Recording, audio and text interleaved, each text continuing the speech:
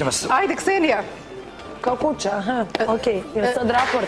Ajde, mi ćemo da te ohrabrimo. A šta treba da uradimo, pošto ne... Krenut će muzika i nekom ćeš pokazati korak, 2, 3, onako kao kad bi došao privatno kod tebe u školu i rekao ja ne znam da igram. Petrući, Ero, ja sam stvarno imao probu kad bi ti, jel možda me dubliraš ili ne? Ajde zajedno. Ajde zajedno, ajde, molim vas, muzika za...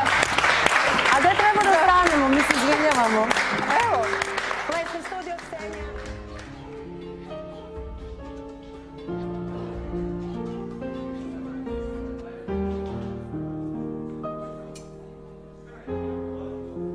No dije que te amaba, jamás supiste la verdad. Lo mucho que me amaste, no lo supe valorar. Me equivoqué,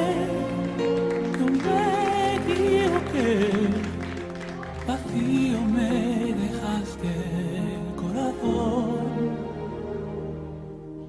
Y hoy que ya no estás aquí, que sé lo mucho que perdí, no tengo ganas de vivir, me duele ver que todo terminó.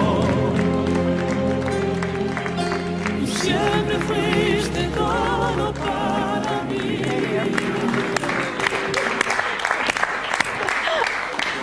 Bili ste zaista sjajni, vidim da se vama još igra. Erena Predvić, idemo ovo. Izvoli, Petrući. On ima divne restoranske manire, pa to je strašno. Ja ubile Sanđija. Ja vidim da ćeš ti polako Ubile Sanđija, rekao me ovdje. Dušane, jel vidiš ti kako se zabavljaju ovi momci pod znacima navode? Momak, vidimo to. Svaka ti čast.